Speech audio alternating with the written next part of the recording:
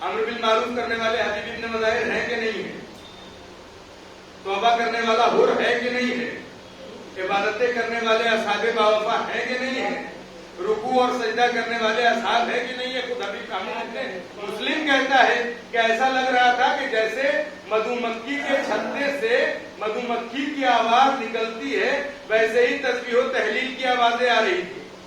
اور امر بالمعروف کرنے والے حبیب ابن مظاہر، زہیر ابن قین، حافظین حدود الہی میں زہیر ابن قین ہیں، اور یہ تمام کے تمام افراد ہیں، تمام کے تمام افراد۔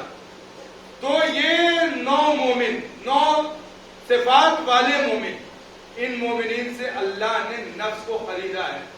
اور یہ معاملہ ہے، قرآن نے بہت سارے معاملوں کے بارے میں کہا ہے۔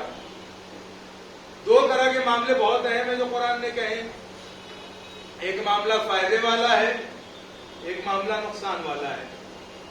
فائدے والا معاملہ میں نے آپ کے سامنے عرض کر دیا، ان اللہ اشتری من المؤمنین انفسهم واموالهم بان لهم الجنہ۔ نقصان والا معاملہ اولئک الذین اشتروا الضلالۃ بالہدی وما ربحت تجارتهم وما كانوا مهتدین۔ وہ لوگ کہ جنہوں نے ضلالت کو، گمراہی کو ہدایت کے بدلے میں خرید لیا ہے، تو ان کی تجارت ان کو کوئی فائدہ نہیں پہنچائے گی۔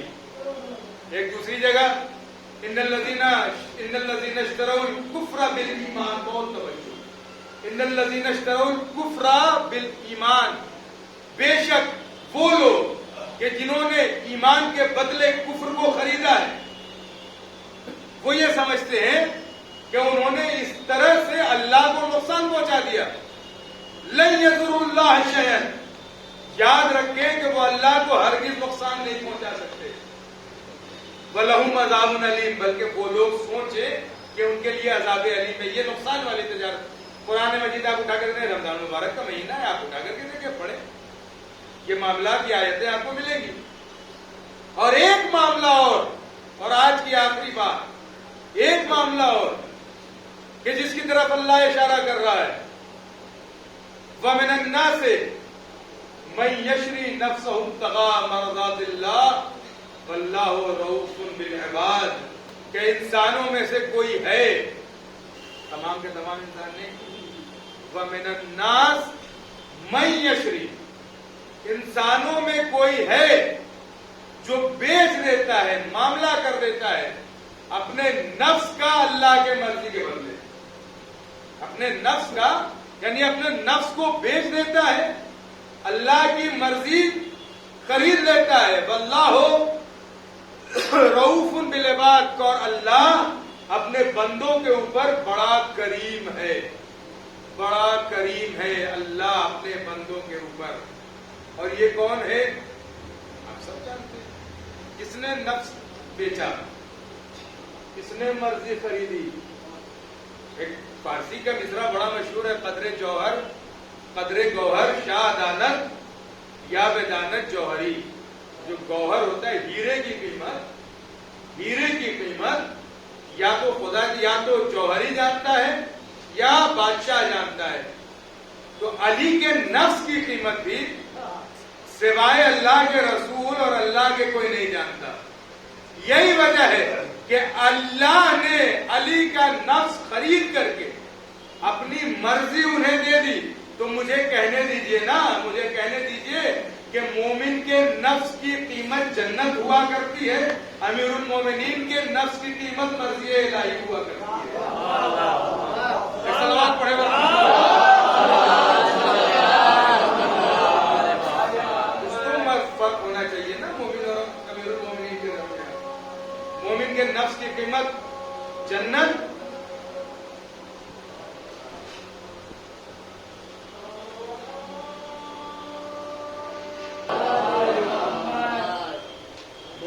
نفس کی قیمت جنت۔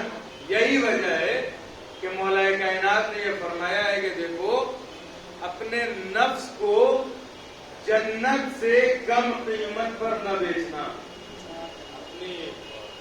تمہارے نفس کی سب سے کم قیمت جنت ہے، اپنے نفس کو جنت سے کم قیمت پر نہ بیچنا۔ تو امیر المومن کے نفس کی قیمت اللہ نے بتائی جنت، امیر المومنین کے نفس کی قیمت اللہ نے بتائی اپنی مرضی. تو جب امیر المومنین کے نفس کی قیمت اللہ کی مرضی ہوئی تو پھر اللہ امیر المومنین نے خریدا ہے نا, تو اللہ کی مرضی پھر ورثے میں چلے گی. علی کے پاس ہوگی یا اولاد علی کے پاس ہوگی. اور جب یہ بات ہے تو پھر ما تشاءون الا یشاء اللہ پر اعتراض کیوں ہوتا ہے؟ اگر یہ بات ہے تو پھر جس پر نفس, جس کے پاس اللہ کی مرضی ہو, جس کے پاس اللہ کی مرضی ہو, اگر وہ اشارہ کر دے اور قالین کا شیر چلتا پھرتا ہوا نظر آئے تو اعتراض کیوں ہوتا ہے؟ اگر جس کے پاس اللہ کی مرضی ہو وہ اشارہ کر دے تو سورج پلٹتا ہوا نظر آئے تو پھر اعتراض کیوں؟ پھر پریشانی کی کیا بات ہو؟ اگر جس کے پاس اللہ کی مرضی ہے وہ اشارہ کر دے آسمان سے پانی برستا ہوا نظر آئے تو حیرت کس بات کی ہے؟ اللہ کی مرضی ہے نا ان کے پاس, اللہ کی مرضی ہے, اور ان کا نفس اب ان کا نہیں ہے, ان کا اپنا آپ اب ان کا اپنا آپ نہیں ہے, وہ خدا کا ہو گیا ہے. اب تم ان کے اوپر ظلم کر رہے ہو تو تم فیصلہ کر لو کہ یہ ان کے اوپر ظلم کر رہے ہو کہ خدا کے اوپر ظلم کر رہے ہو. پھر سمجھ لو, تم اور خدا سمجھ لینا کہ دنیا میں بھی سمجھو گے, آخرت میں بھی سمجھاؤ گے. دنیا میں بھی لعنت کے مستحق ہوگے, آخرت میں بھی جہنم کے مستحق ہوگے. اور مومن جو ہوگا وہ بھی جنت کے اوپر نہیں رکے گا, وہ امیر المومنین کے, میں نے کہا نا مومن امیر المومنین کے نقش قدم پر چلے گا تو امیر المومنین جہاں جہاں رہیں گے وہاں مومن رہے گا. مومن جنت میں, امیر المومنین اگر جنت میں ہے تو مومن جنت میں جائے گا. امیر المومنین اگر اس سے بالا درجے پر ہے تو امیر المومنین اگر بالا درجے پر ہے تو مومن بھی یہ کہتا ہوا نظر آئے گا مولا جنت نہیں چاہیے, آپ کا ساتھ چاہیے. اسی لیے تو فرمایا ہے رضوان اللہ اکبر, اللہ کی مرضی سب سے بڑی چیز ہے, جنت نہیں ہے. اور یہاں پر آغا سروش حیدرآبادی کا ایک شعر یاد آ رہا ہے, آپ کے سامنے حاضر کر دوں. فرماتے ہیں کہ درے بطول پہ ہوں گے بہشت میں وہ کہاں, درے بطول پہ ہوں گے بہشت میں وہ کہاں, کہ راستوں پہ نہیں بیٹھتے گدائے حسین. صلوات محمد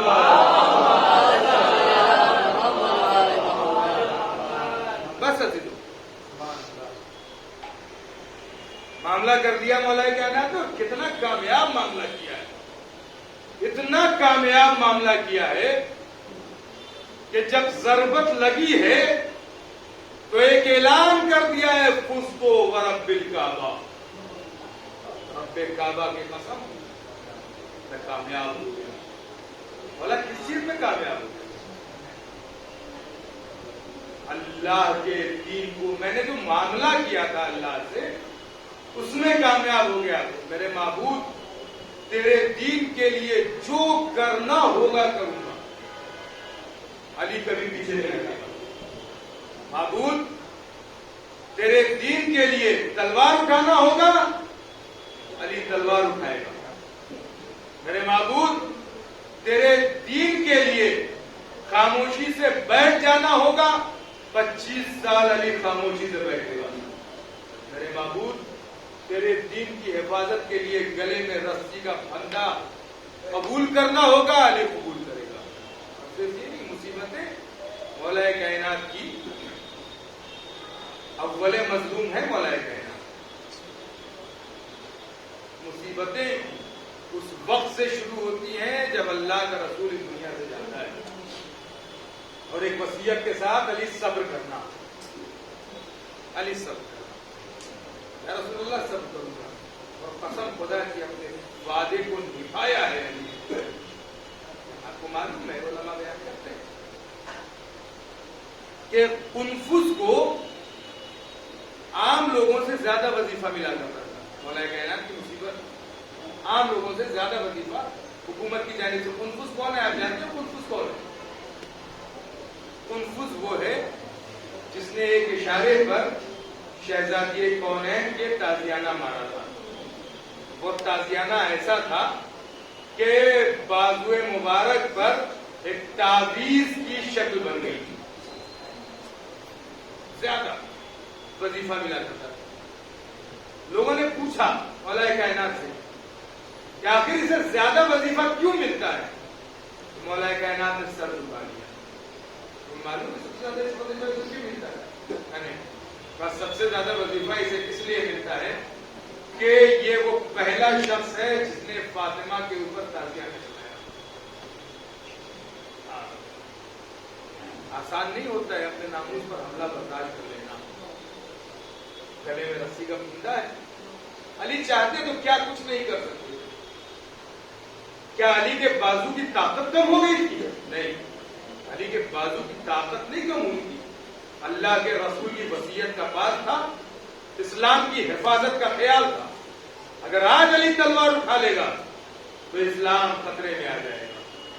علی نے صبر کیا. گھر کے اوپر حملہ ہوا، علی نے صبر کیا. حق مارا گیا، علی نے صبر کیا. اور 25 سال تک علی صبر کرتے رہے. اور یہی نہیں آپ سمجھتے ہیں اگر حکومت کا وقت بھی مولا کائنات کی جب حکومت آئی اس وقت بھی علی نے صبر کیا. اور ایک وقت وہ بھی آیا کہ فضا میں ایک ساتھ دو آوازیں گونجی. ایک آواز گونجی فسکو برب الکعبہ، اور ایک آواز گونجی واللہ لتہدمت ارکان الحق. قسم خدا کی ارکان ہدایت منہدم ہو گئے. قد قتل علی المرتضی، علی مرتضی شہید کر دیے گئے. اور جب شہادت کی خبر ملی تو دشمنوں نے بھی یہ کہا کہ علی شدت عدل کی وجہ سے ختم کیے. کیا منظر ہے. آج وہ دن ہے کہ مولا کائنات بستر پر ہے. حضرت نباتا کہتے ہیں کہ مولا کائنات کے اوپر جو سر کے اوپر پٹی بندھی ہوئی تھی سفید کپڑے کی، میں پہچان نہیں پا رہا تھا پٹی زیادہ زرد ہے کہ مولا کائنات کا چہرہ زیادہ بڑی. ہاں وہ دن ہے کہ اب وصیتوں کا دور ہے. اب وصیتوں کا دور ہے.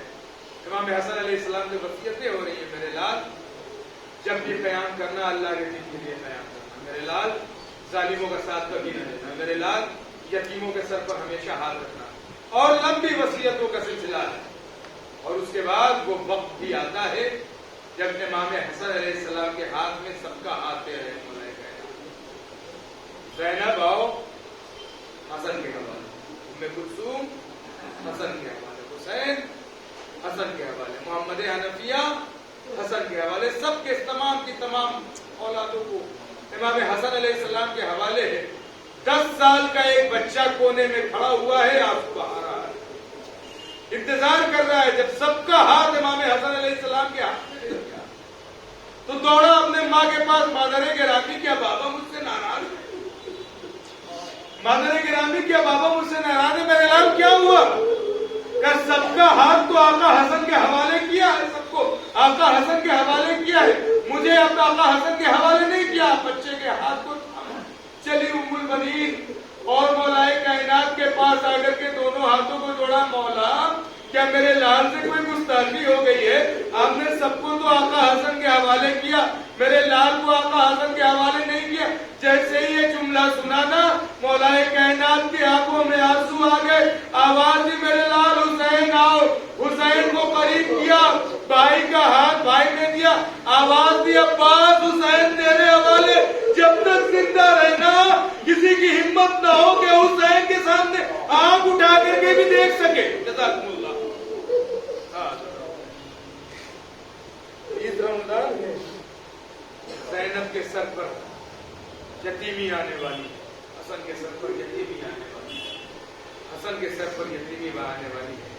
رہبر معظم فرماتے ہیں، سید طاؤس سے ایک روایت کرتے ہیں، رہبر معظم فرماتے ہیں کہ جب ضرورت لگی نا تو اس وقت جو آواز فضا میں گونجی ہے تو امام حسن علیہ السلام پہنچے. بابا کی حالت دیکھی ہے، سب کا یارہ نہ رہا، آنکھوں سے آنسو جاری ہو کے تسلی کیا میرے لال نماز پڑھو، تم میرے بعد میرے جیسے. امام حسین پہنچے، آنکھوں میں آنسو دیکھا، آواز دی میرے لال تمہارے آنکھوں میں آنسو مجھ سے برداشت نہیں ہوتے. میرے لال تم سے